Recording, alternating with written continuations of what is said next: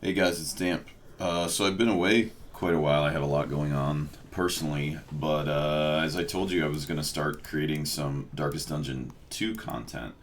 Um, and I guess the reason I haven't rushed to put out content for it is that obviously, especially early in the game, if you remember the Darkest Dungeon 1 launch, early on in the game, they make so many changes that can mislead people later on when the full game's released. So what I thought the best way to do is rather than release guides is just kind of do some playthroughs and kind of talk through what I'm doing and what techniques I'm using and what strategy I'm deploying and kind of my initial thoughts on the game. I should be very brief in saying that I do think the game's worth buying, especially if you like Darkest Dungeon 1. If you like Oregon Trail, this hints a lot at Oregon Trail and some of the concepts behind it and kind of the way the game flows through from a roguelite perspective. It's super fun. The animations are incredible. The narration is obviously amazing. I think the animations alone make combat more satisfying to the point where you actually want to get into fights rather than avoid them. The character animations are awesome. I mean, it just if you like the first game, you'll definitely like it. If you didn't like the first game, you actually may like the second one in that it's a different style. It's not as much dungeon crawling. You can pick up and put it down easier, I feel. Just do like one run to an inn and then stop and then come back to it later. I do think that's easy. There's quite a bit of replay value as well in that you're leveling up to unlock trinkets. So it feels a little bit like Hades in that aspect. Like there's gonna be runs that are just terrible, and it's either RNG influenced or it could be bad decisions you make. But you're gonna have some bad runs, but that you're still gonna earn a little bit of progress towards unlocking new items and trinkets and things like that in the game that you can utilize. So overall, I definitely think it's worth buying, but. We'll kind of get into it. Currently, I'm level 22, so I'll kind of give you a quick summary of how I played so far. So, the first run I did, I made it to the last boss. I was one short of killing the last boss. The second playthrough I did, I beat it. Those two playthroughs were absolutely on the blind. I looked at absolutely nothing. It's in my Twitch VOD somewhere if you want to find it. From a few days after the game released, you can find them.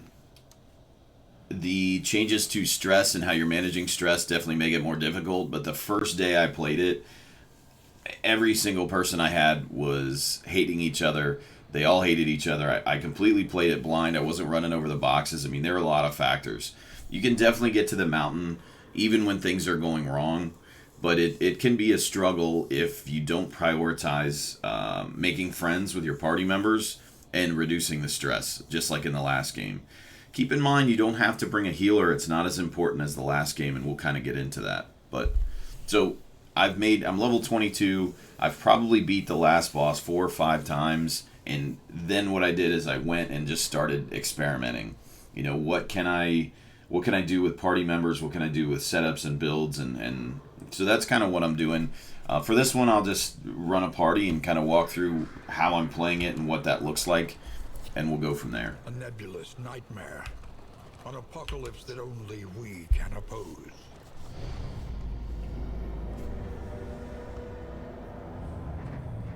Indistinct and ill-lighted.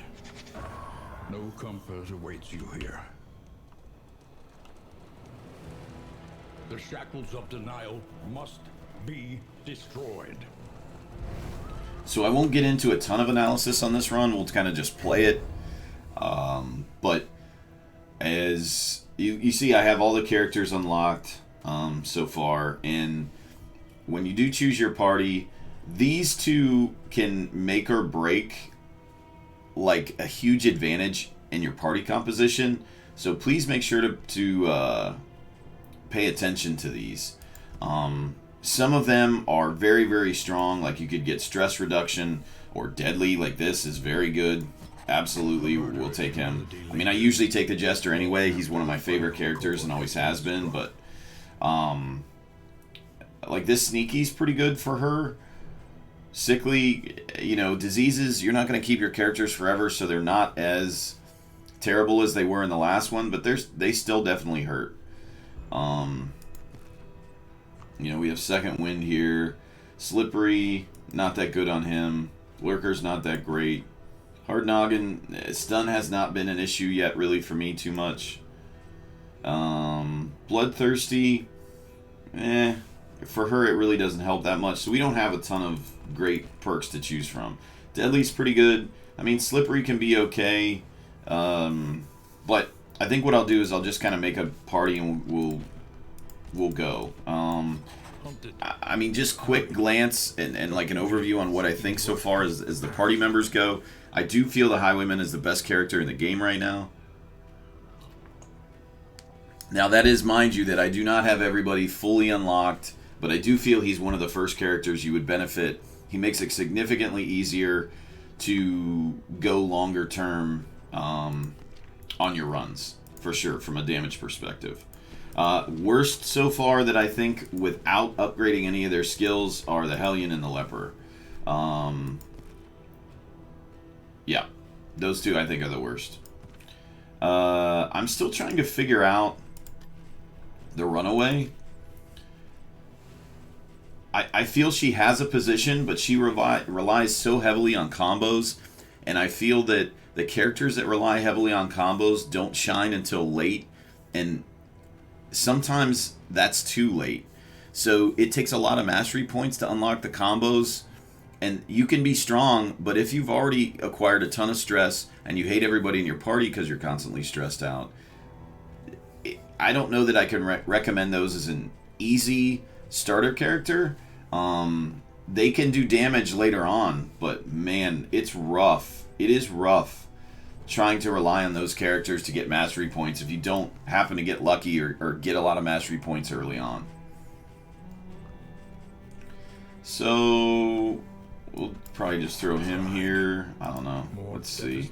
We'll run this really without a dedicated healer. Yeah, we could run him.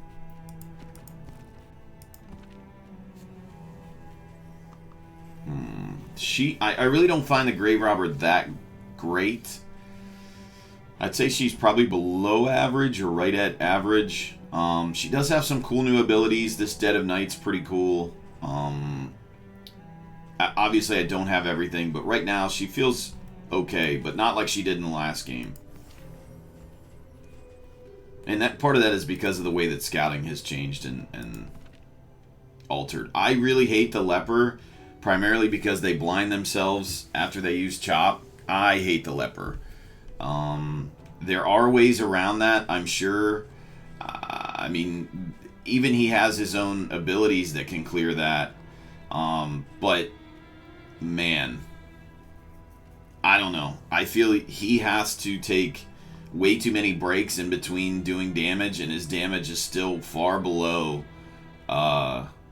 at least I feel it's far below the Highwayman. Now later on he may have abilities that make that a little better, but right now, no. I don't think it's very good.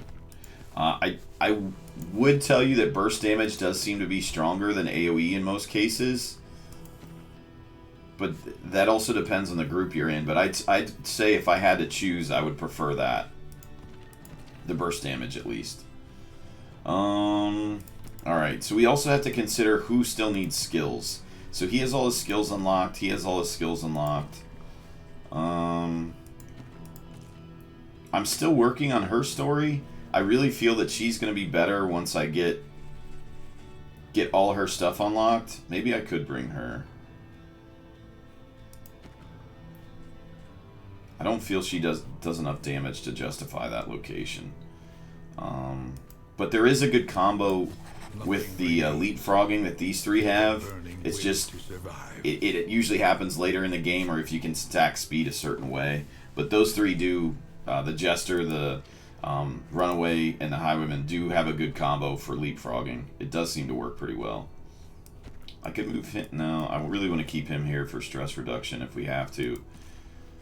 Him in the second slot is not going to be great.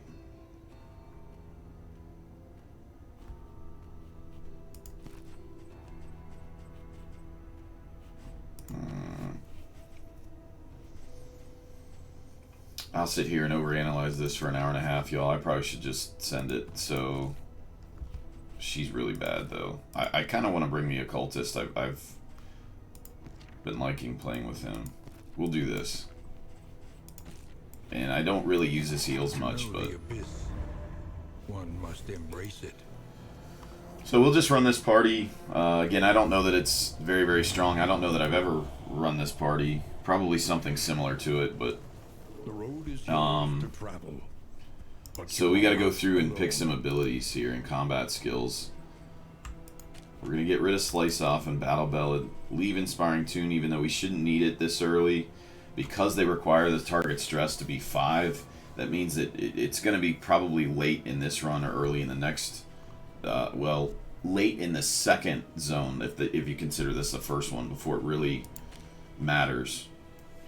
This is an interesting ability in that it gives a target an extra action. So you can target one of your own people and they take an extra turn. Meanwhile, obviously your turn goes to waste and you take a debuff. So if he wasn't a very strong build, you could use that. But obviously with his deadly being super high, we're going to focus on Finale. And I'll probably leave Inspiring Tune. Because you can rock Finale from the second place, it's pretty good. And it combos very well with the Occultist because he's going to give a combo trinket. So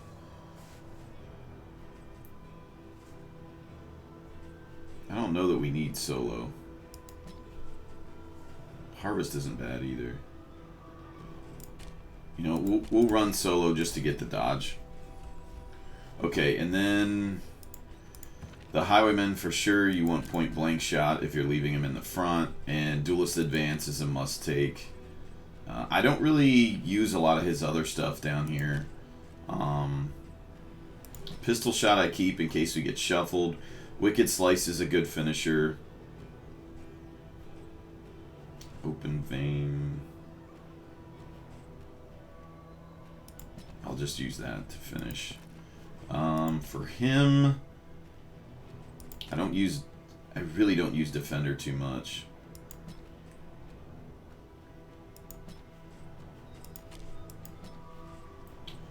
Bolster we probably won't need for a while, but we'll leave that for now. Sacrificial Stab we want. We definitely want the pool. That Hex I do use quite a bit, but we'll just leave it just like this. I think that's good to start with for now. So, the first time I played it, you can see me running over these piles of leaves. I was like, it seems really the opposite of everything Darkest Dungeon, to run into things when you don't know what they are. But I guess that's the strategy, is to run over everything in the yard. Or in the, down the road. Okay, so you start off, you're going to run through that pile, and they're going to give you some supplies, which is all RNG based. So typically my people in the front, I like to give them the defensive trinkets to start. And then since he's already got deadly, we're going to stack as much crit as we can on him, and we'll try and utilize his strength, which is going to be crit, which will be with Finale. So then we've got some combat items, and these really, I mean, most of these do not help that much, but just throw them on somebody for now.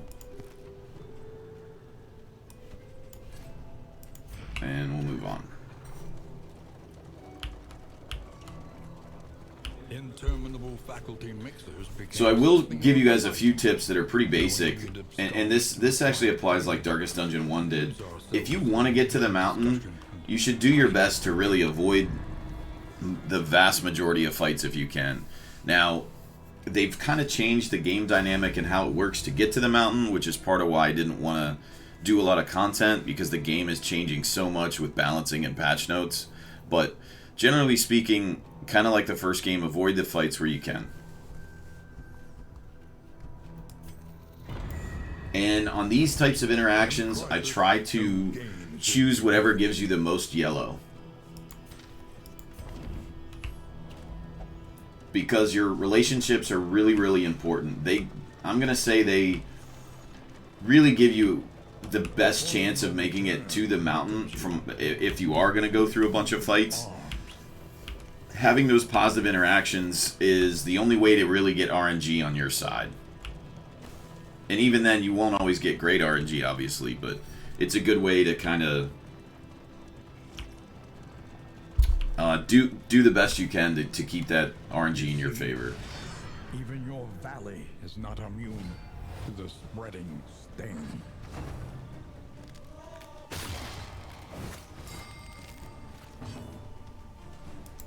Okay, so the reason we take point blank shot is you can almost...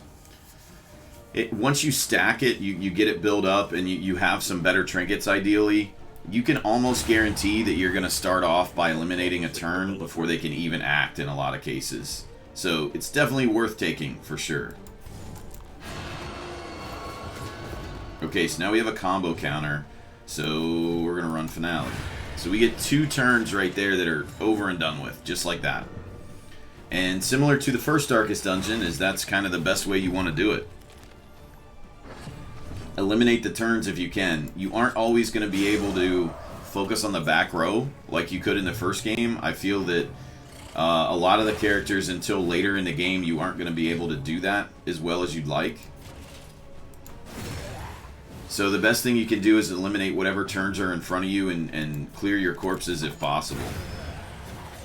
Another impediment cleared with impunity. So we got our 1 mastery token there that we'll be able to spend at the end.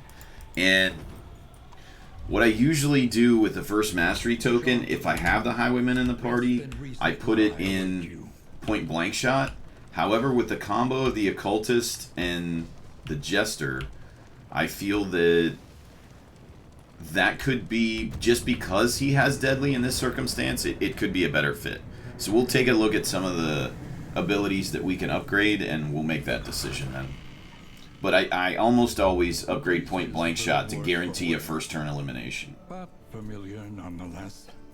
Okay, so now we get to the end, and this is where, like similar to Oregon Trail, if you get to a fort and you have to kind of get your stuff organized and make decisions on which way you're going to go and what you're going to do, it's kind of similar. So whereas we have combat items that you utilize on your individuals out in the field that can use them during combat, you have inn items, which are items you can only use when you get to an inn. And then you have upgrades for your stagecoach and trinkets, which we obviously have equipped, the only ones we had. So we'll hit continue. This usually tells you what quirks you get, what the relationship status is, where you've gone.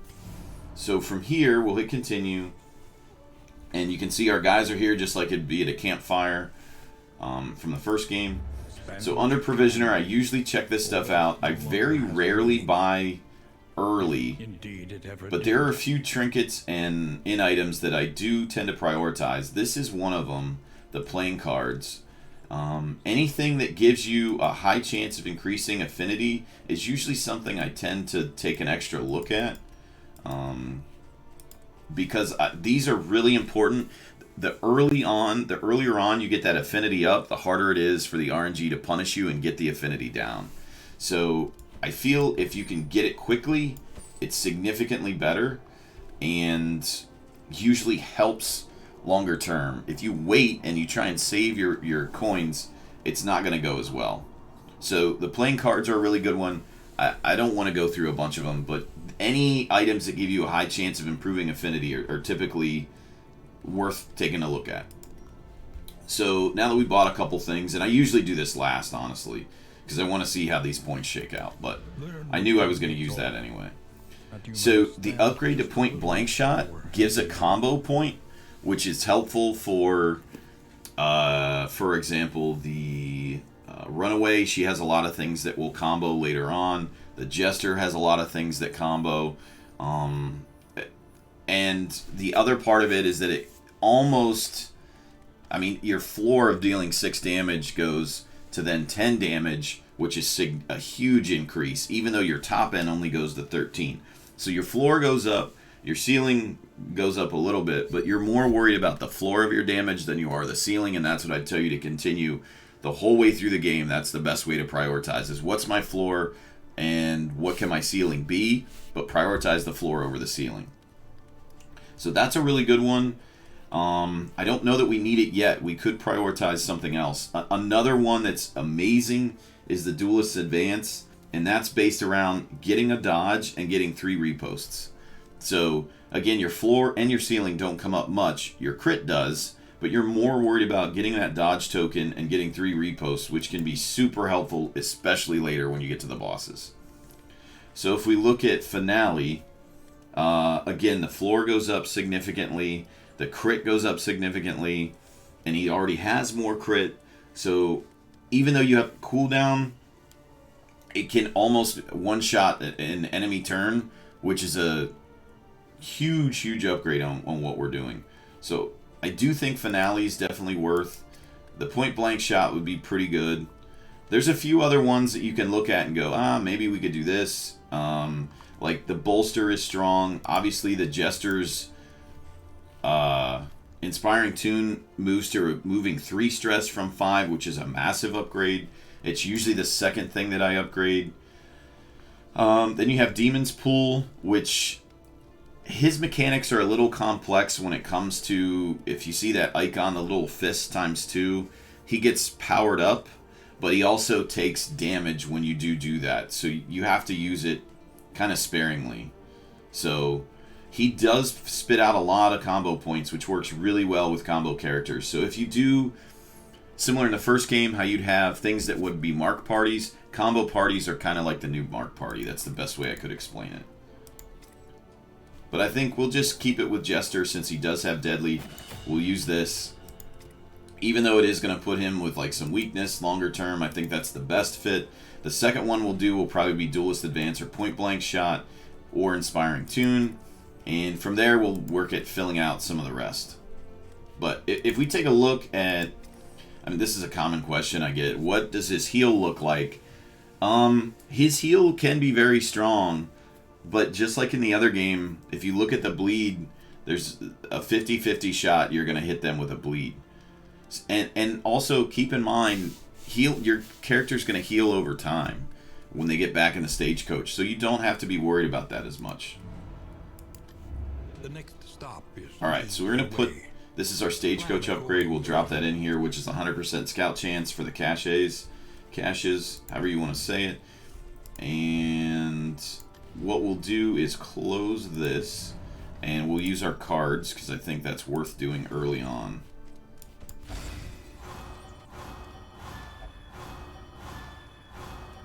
Okay, so that was like 50-50. That wasn't great. Normally we do far better than that, but this is Darkest Dungeon.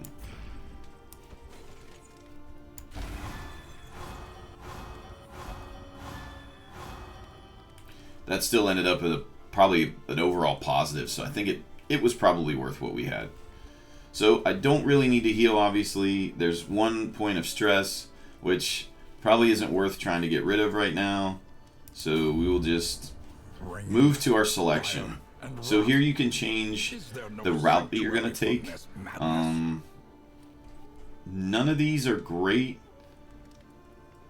I don't want to have to worry about clearing out the lair, because it's, I mean, there's a lot of fights in there that we don't necessarily need to do. Avoid the hospital is pretty easy, and it'll give us a trinket. This is probably what we're going to do. And then you also have to look at the debuff you're going to get. So you don't have the plague resistance. That's okay. We'll go with this one. I tend to prioritize anything that gives me hope right now as a quest reward from those, because I feel that hope is the best way to, if you're considering long-term and leveling up, I think hope's probably the best way of prioritizing when it comes to your selections there, just to try and unlock things. So as you're going through the map, what I'm looking for are the hero shrines and trying to take the path of least resistance to the hero shrine. If I don't see a hero shrine, I'm trying to go to the watchtower. That way it will unlock everything and kind of show me where I need to go. So our hero shrine is to the left, but that doesn't mean we have to start here. So your crumpled up blocks mean you're going to get in a fight. The solid blocks mean that you're not going to get in a fight. And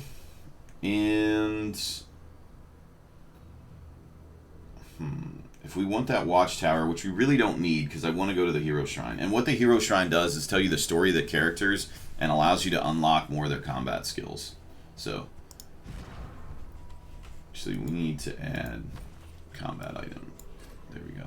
Okay. So, I mean, we don't have a great path. We'll probably start this way. We'll go to the right, get the assistance counters, and then make our way left. Think carefully. And obviously down here they tell you where the characters want to go, where your party members want to go, and what that looks like. I don't often reference that unless I know that where I'm going is going to get me...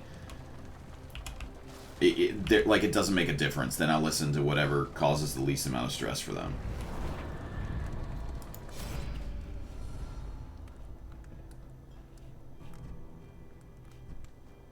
Okay, so this gives me a lot of blue. That's not good. And this is somewhere where when he is in your party, and I think he has a debuff. I would have to look. I think he has a negative quirk that wants rituals, which is why he's gonna say obviously what he did, and that's why he's gonna be a blue interaction. +3 stress. I definitely don't want that. In this world, wealth is worthless without purpose. Okay, so we didn't get much from there. Take the combat item. Okay.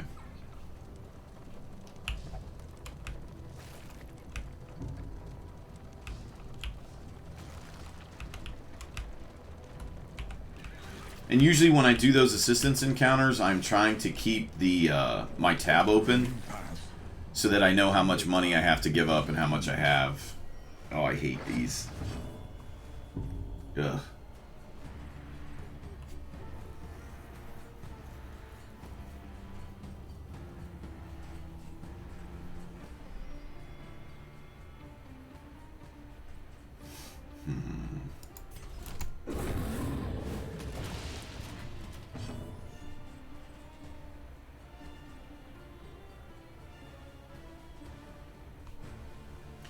His movement is 30, his is 30. I don't know that that will hit. That's only going to hit one of them.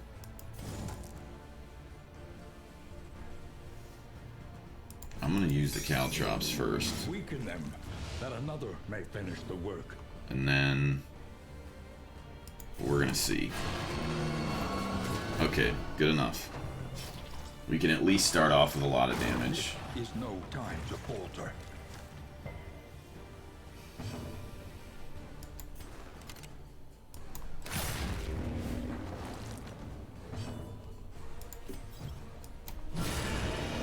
It's 39 right away is a huge hit, obviously. Steady yourself.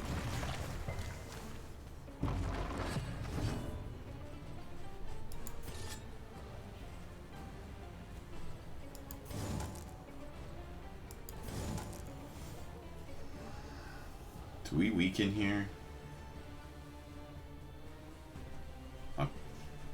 We've got plenty of time to knock him out. I think I just finished him though. Yeah. On to the next. That was really, really quickly. Typically those guys take 2 turns themselves.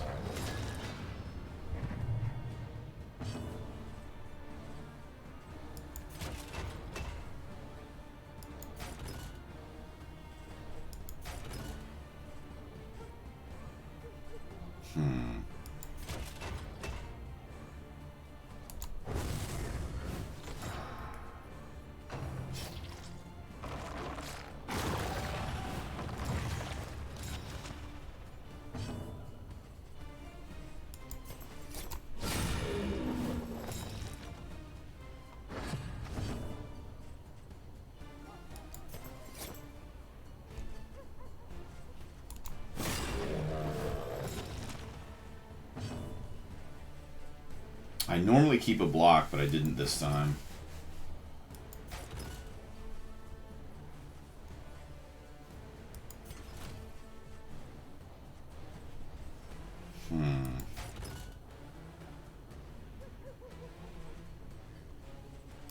That's not a great fit. We'll just do this. None of those were great moves for him. I should have had a defense, but that's okay.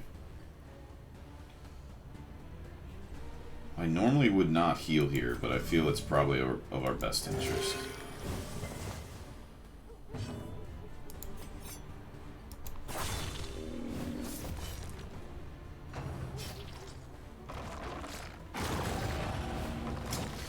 That was quick.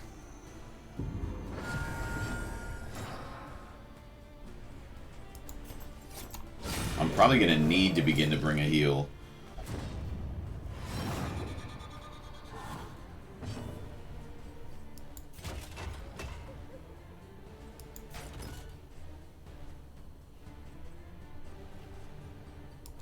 I'm going to need to bring in their defense because of his HP pool, I think.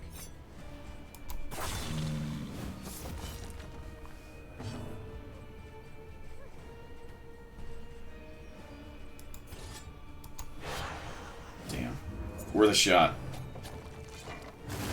Well, there it goes. I should have pulled and probably cleared that, but I was still hoping that we could have given it a death blow.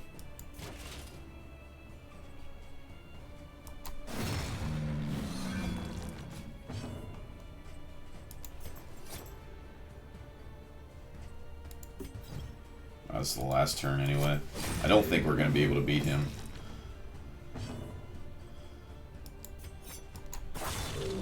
Kind of had a bad setup with the I better just do this just in case, just to keep him off death's door. Good thing I did. Teetering on that terrible precipice. So I should have had different abilities on the man-at-arms there. That was a misplay by me, so let's fix that.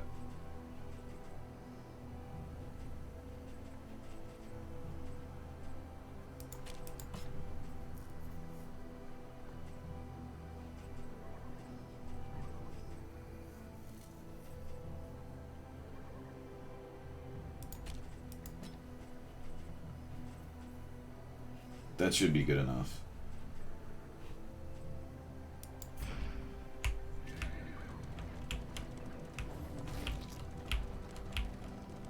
And what we'll do in the next fight is we're going to prioritize getting rid of stress. So I got to move him back so on his first turn that he can remove stress. But I could have also popped a solo and done another finale, which I should have. But because my party was so mixed up, I did not do that. I started to play defensively when we had the occultist get into low HP. 30 flame plus money. We'll just take this one. In this world, alright. That's what you want to start to build early on for sure. But we have to be considerate of all the blue relationships also and kind of prioritize fixing those. And normally they're hurt more when the people start to get stressed. So, for sure that's something you want to address quickly. Don't wait on stress, for sure. As soon as it gets to 5, I typically make that my first priority.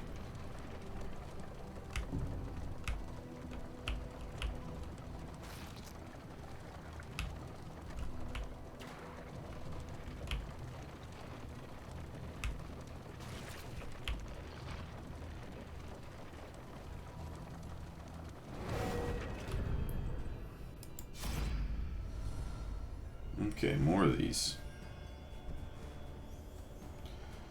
So, like I said before, if you can, avoid the fights, especially if it doesn't punish you for it. Okay, so this is an assistant counter, and then we're going to work our way left to the Hero Shrine.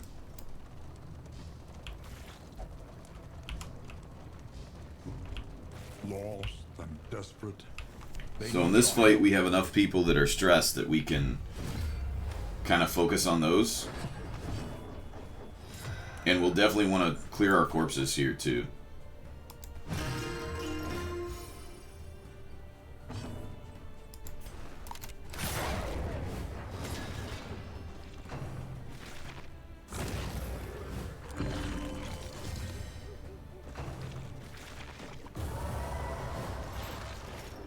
You know, that works.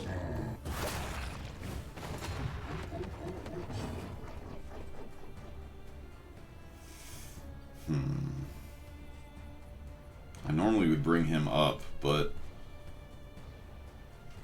I don't have that right combo right now.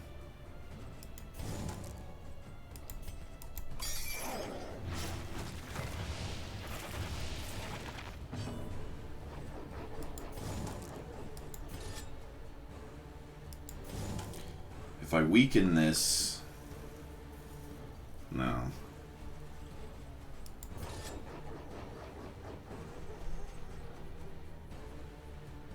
We'll just focus. It was a really low hit, though.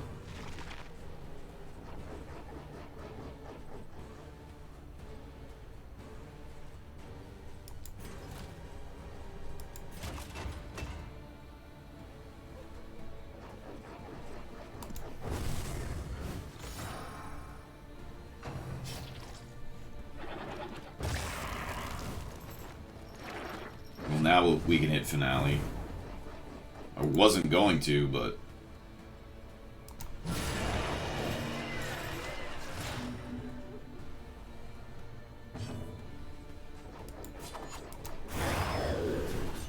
So we'll run a pool now to clear the corpses and to get the combo token here.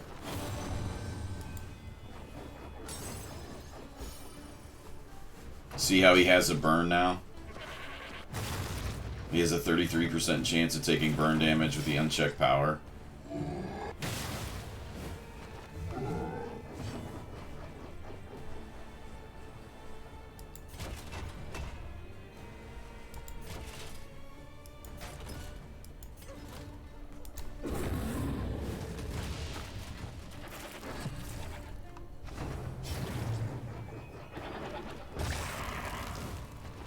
I'm gonna have to guard him now.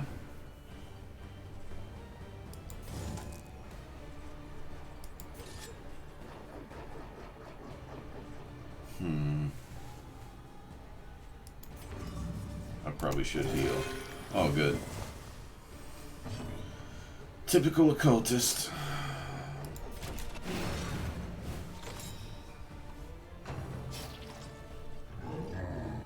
Steady yourself. Couldn't guard that.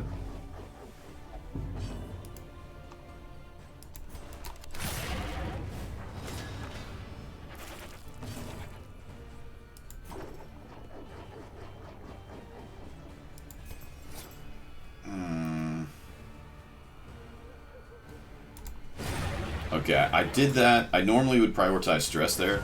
I did that because that character, that enemy mob, typically starts off the turn, and I wanted to get rid of the turn.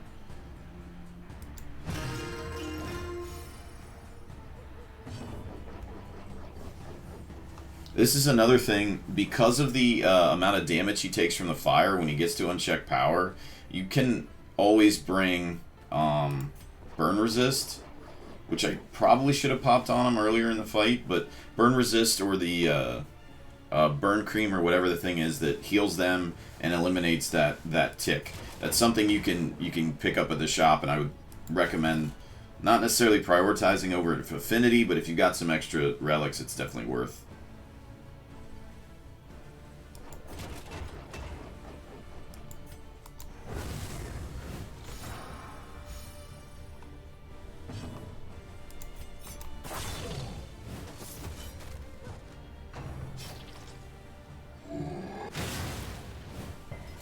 That's why we blocked.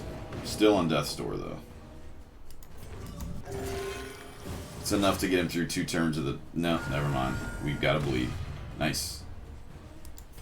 So this is another one that we're not going to win. And sometimes in this, on these fights, guys, it's just going to happen. And my recommendation would be just... A little help, impeccably done. Hopefully he doesn't get hit up there, but if he does, at least that might absorb it. If you know you're working from behind in some of these fights, and a lot of these bigger mobs are really tough to clear in 5 turns, just focus, instead of trying to damage them, focus on stress healing or healing in general, knowing that it's your last turn, to give yourself a little bit of an advantage. I don't think I... Yeah, I can't bolster again.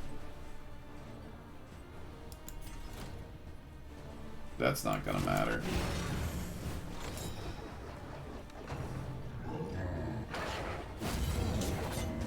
So we may have been able to kill him there if I didn't heal, but odds are we wouldn't have. So we don't get any loot for that, and we just get through the fight.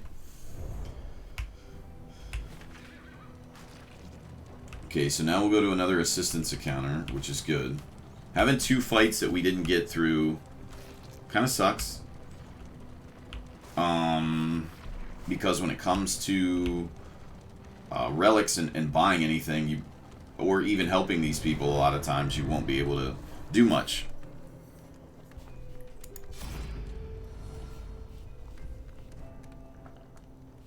Okay, so that gives me 1 blue.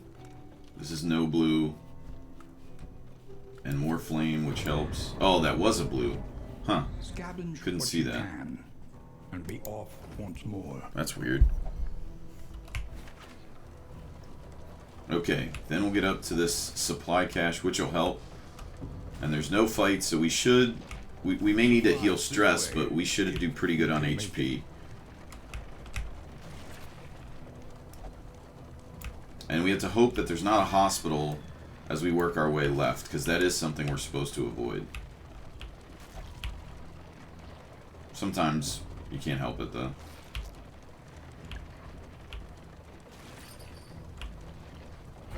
Karma abhors waste. Best to take all you can. So... melee attacks... That's a good one. We'll probably give that to the Jester, too. For top end. And then... combat items. We don't really need that.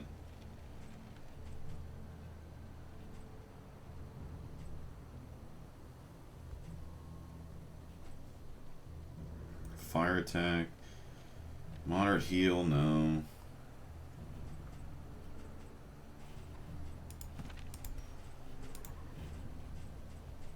Take this, the stimulants. I don't have any burn cream.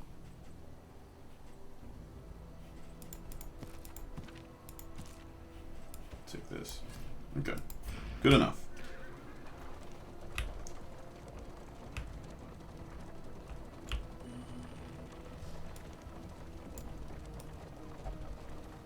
They thrill to the succulent flavor that grows up from some nightmare pit far beneath the earth.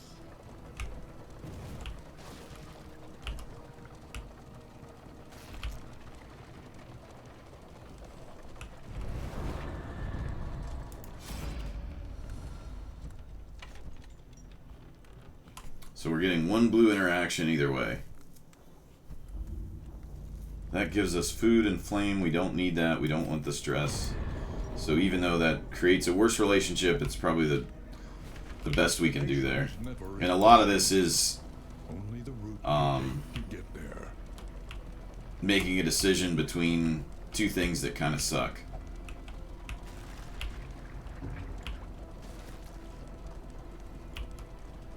Alright, so we've got this combat, 1 more combat, then a hero shrine. Tended by toothy fiends.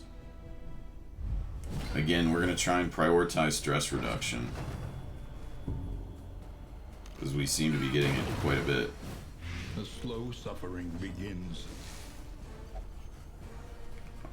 Plague Eaters, okay.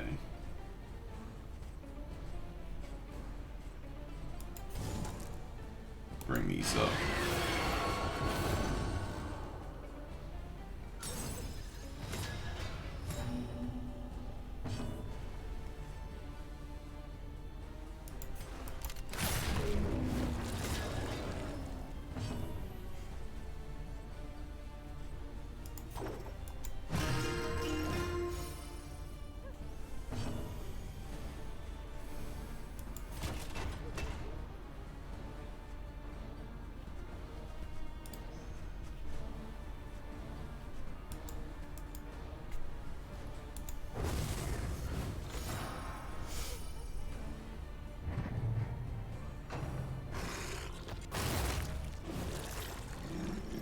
that actually helps me.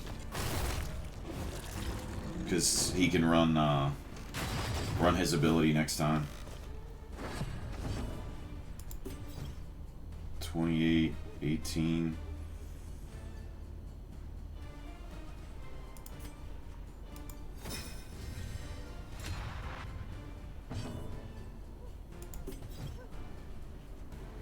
We might be able to hit for 18.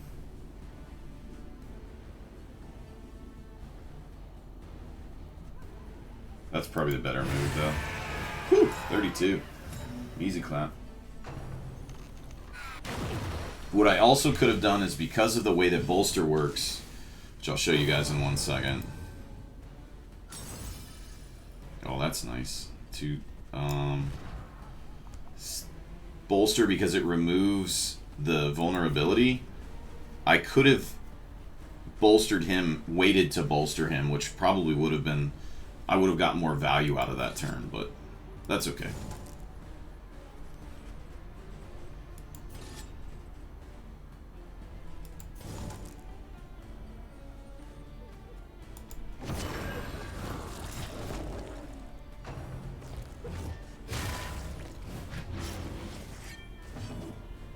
Doesn't somebody have bandages or no?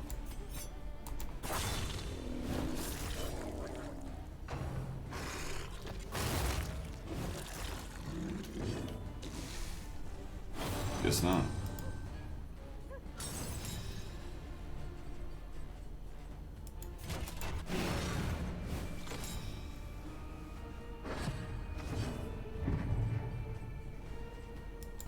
Not being able to get him in the front row is slowing down our damage for sure. We may not even finish this one.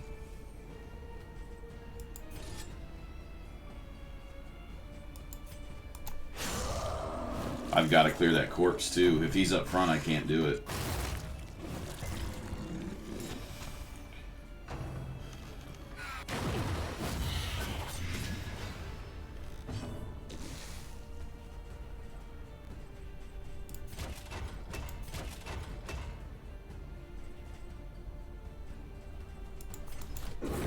Part of it is not having any offense really from him.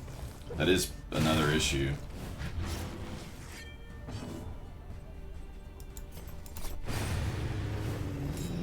Now we gotta clear those corpses for sure. We gotta get him back.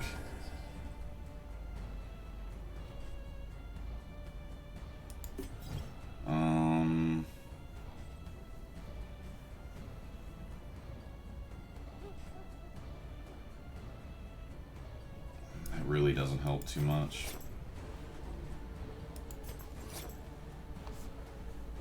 Well, can he clear corpses from the second slot? Yes. Okay, then we will do that.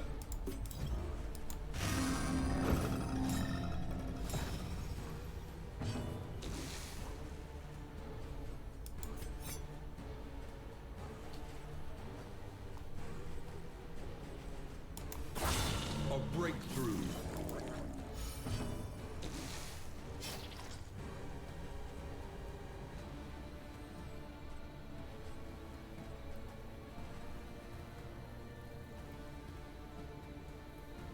It's not helping.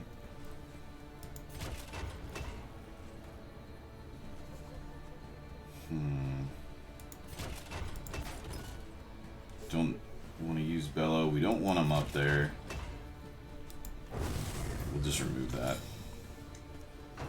Again, that's kind of a waste because he doesn't have, you know, a lot of offensive abilities from that back slot.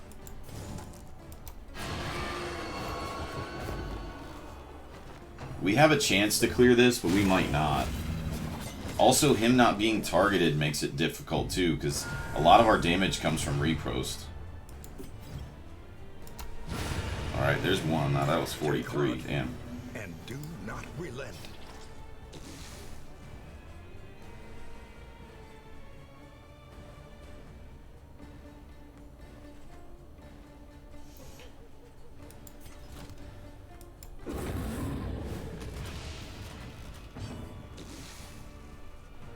Might be close. Yeah, that would have had to crit.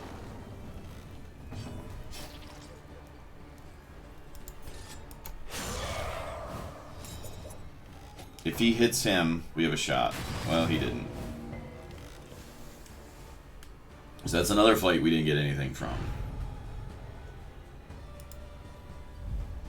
Except a lot of damage.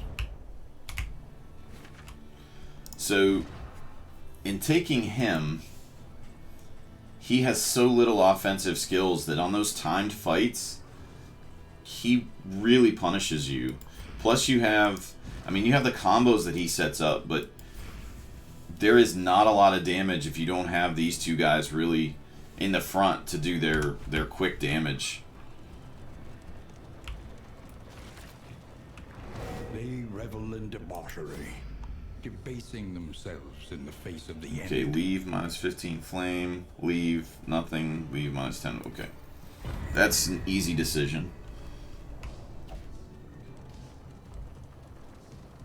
Okay, and so from here we're going to go to the Hero Shrine, which allows us to have the chance to Look ahead.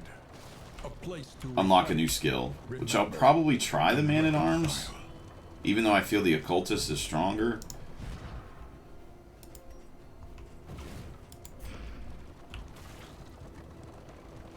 I'll try the Man-at-Arms.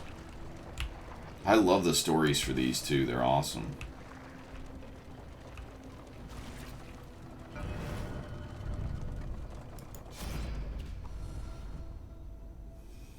We'll try the Man-at-Arms. Chapter 3. One eye open.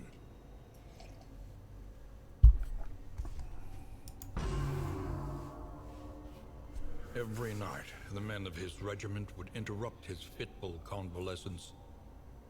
Mutilated and maimed, the spectral garrison clawed at his bed covers, whispering hateful truths in his ears. The exhausted attendants in the field hospital would wake to the sound of panicked screaming and inglorious sobs. It was not the war that had taken his eye. It was pride.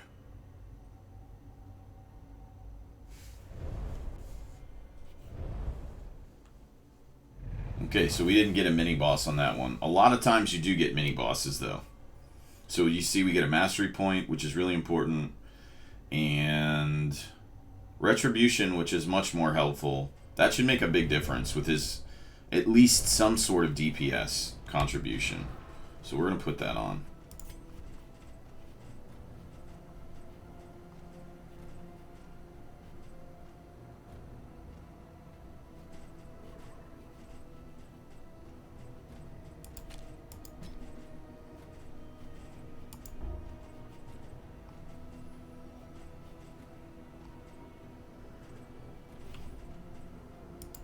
Okay.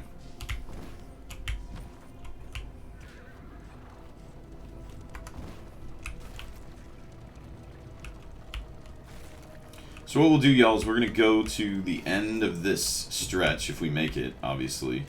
And then when we get to the inn, I will call it, and then I'll start the new video from the inn moving forward. That's what I'll do.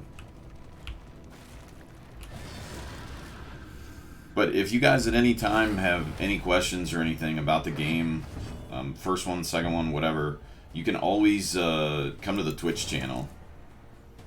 Feel free to come there and hang out and ask whatever, even if I'm playing something else. It's perfectly cool. So there's one turn elimination, which is pretty easy.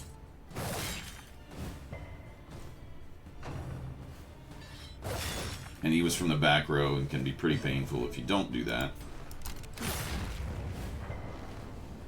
Getting him up in the front row makes it a little more difficult for this party, for sure.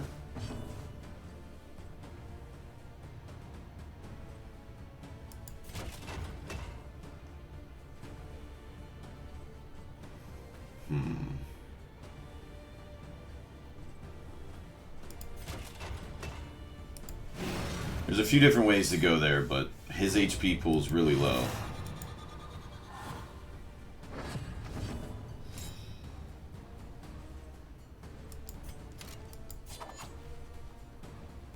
I'm not going to hit hard enough, so I'm just going to do this.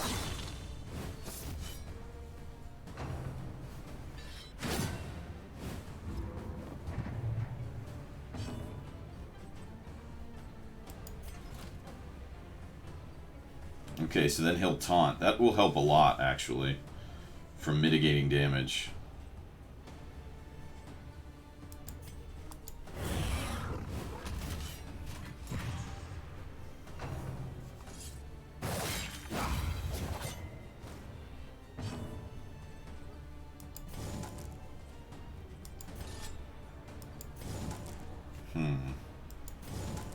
I think we pull to clear the corpse. Because say it's such low HP that it's not going to matter who hits him, we'll probably kill him.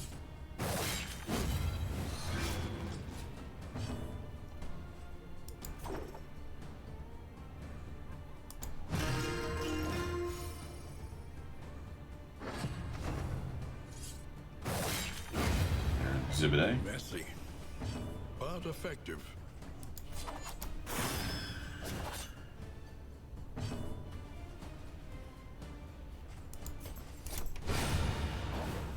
Another impediment, cleared with impunity.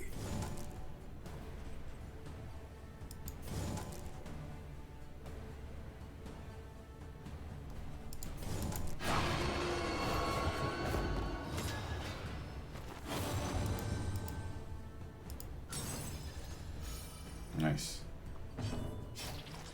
And this is here where I'll start to slow down the damage and try and heal up a little bit of stress. Since we're significantly ahead and we have 2 rounds. The slow suffering begins.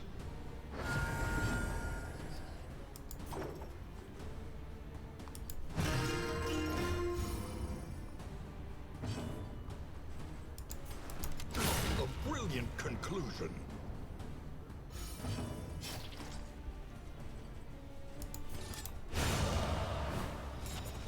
Could have probably went another turn, but that's okay. Finally. An inkling of potency still lingers in some of these Ranged attacks. Okay, so for the ranged attack one, I'm going to use that obviously in the Highwayman.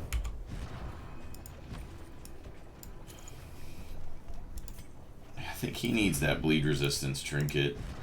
'Cause he seems to be the one that's struggling the most with HP.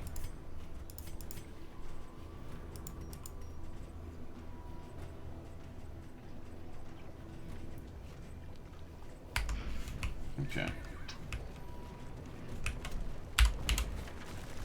Oh, I couldn't avoid the hospital. Shit.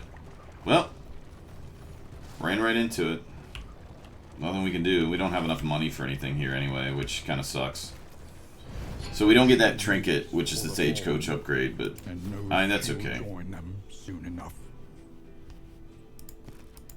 Not really worried about the health pool too much. If anything, it'd be the trinkets. Nervous is not good.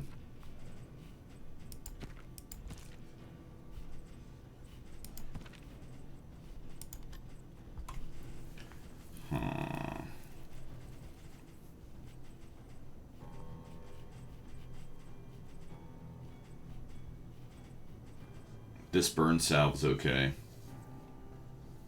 This is what I was talking about before. The burn cream. It partners really well with the occultist when they get powered up. Plus 15% HP isn't bad. But we really don't have the... We're going to save this till we get to the end and see what's at the end. Lovely woman, shame about her eye. Yes, that sucks. We couldn't avoid the hospital. Typical RNG. But if you guys have anything you'd rather see or want me to kind of break down something, put it in the comments. Let me know if you prefer the longer videos or a shorter one. I mean, I did talk quite a bit in the intro, so we could have maybe cut down 5 to 10 minutes or more.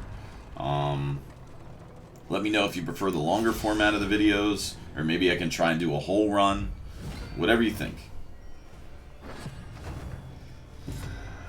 Okay, this isn't actually too bad.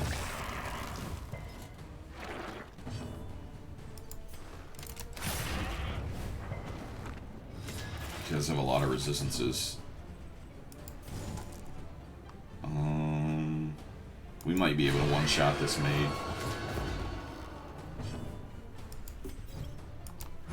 Nice, okay. Still, we took more stress than I thought we would on this run, for sure.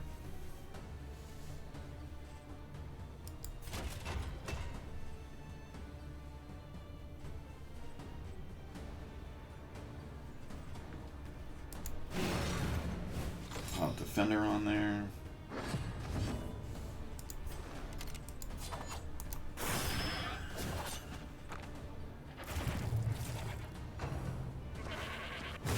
Steady yourself.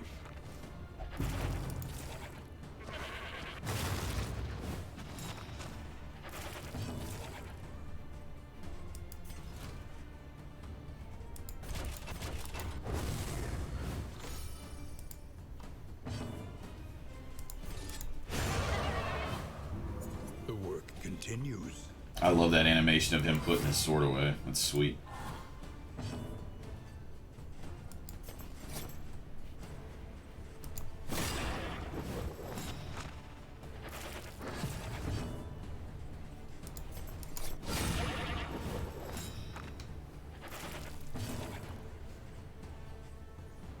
So we have one turn coming up, then he'll go, so it's better if we just eliminate the turn, don't take any chances.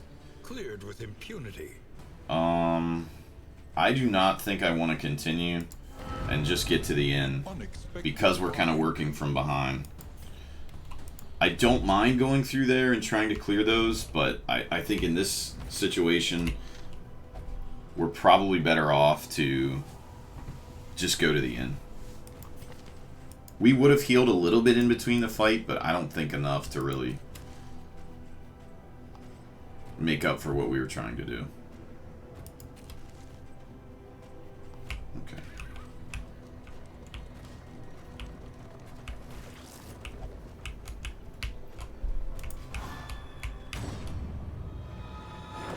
Shit.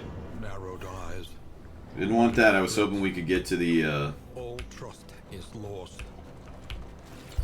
get to the end before that. That was bad. Probably the worst thing that happened to us the whole run.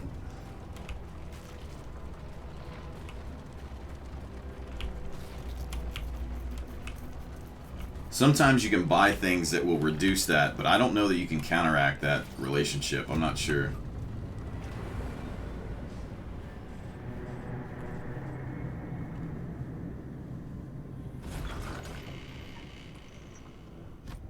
Rest now for a time. Okay, so we'll kind of look at all the stuff we have, and then we'll start the next video. I'll start from here on, and we'll do all the interactions, the in items, the mastery points, and all that. So we'll just look at what we've got. Well, in the tangle, okay, so that's not a negative. It's not a negative quirk, but it's not great. The knitting needles fly when stress is high. Again, that's not bad. But it's not great either. It's not a really good one. Knows where to find resources. I don't know how that interacts. Well, at least we got no negative quirks. That's very rare that that happens. If the flame is less than 50, 10% damage. Combat, start, stealth, 50%. That's pretty good. Although we want him to typically get hit, but that's okay. Alright. So that kind of ends... I'll end the video here, y'all.